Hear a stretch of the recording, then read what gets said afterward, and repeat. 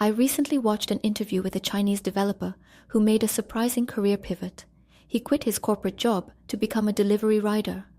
When asked why, he said something that stuck with me. He loves his new life because it feels fair. The harder I work, he said, the more commission I earn.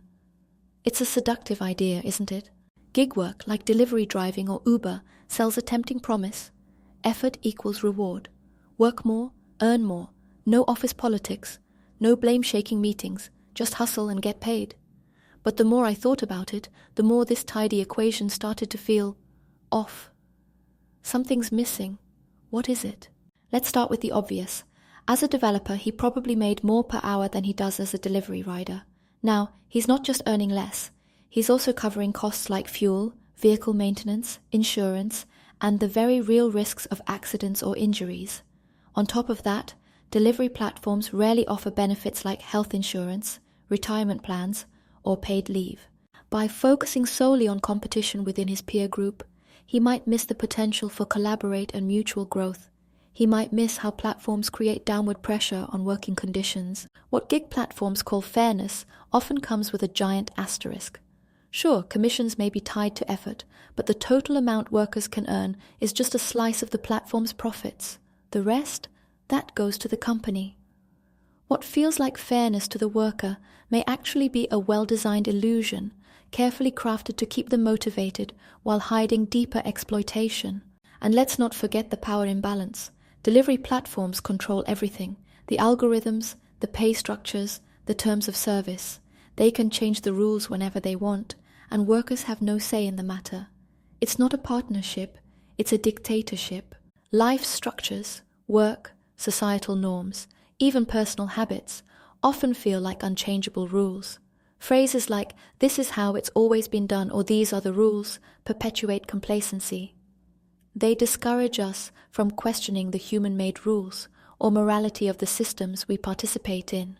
By accepting the status quo as inevitable, we inadvertently reinforce the structures that confine us.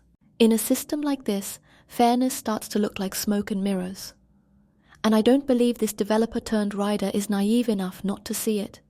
If it is a colleague overshadowing his work with tools like the delivery app, and he was still a developer sitting at his desk clearing tasks, he might critique the same structures of power. For someone who deeply values fairness, like this developer, the corporate world's frustrating office politics and alienation might have felt unbearable. Ugly frogs wearing crowns, pretending to be the king. Talkative chickens hailed as phoenixes, while their allies cheer them on like a crowd waving glow sticks at a concert. Who wouldn't be disillusioned? His surprising career pivot doesn't look surprising anymore. This choice might not stem from ignorance, but rather from a deliberate decision to accept a different kind of trade-off. The absence of betrayal is likely a significant factor in his decision. As a delivery rider, the relationship with the platform is purely transactional. Effort in, money out. This can be emotionally freeing for someone burned by navigating interpersonal disappointments. Feeling exploited by an abstract algorithm could still feel less personal than being overshadowed or undermined by a colleague in an office setting. As a delivery rider, he perceives no viable alternative where he has full control. Like climbers navigating a mountain, we tend to focus on the immediate terrain, trees, trails, and obstacles underfoot, without recognizing whether we're at the base, the summit, or somewhere in between. Some people spend their lives climbing, only to realize they've been circling the mountain's base. Others, through reflection and awareness, find not just a path upward, but the freedom to choose whether to climb or leave the mountain entirely.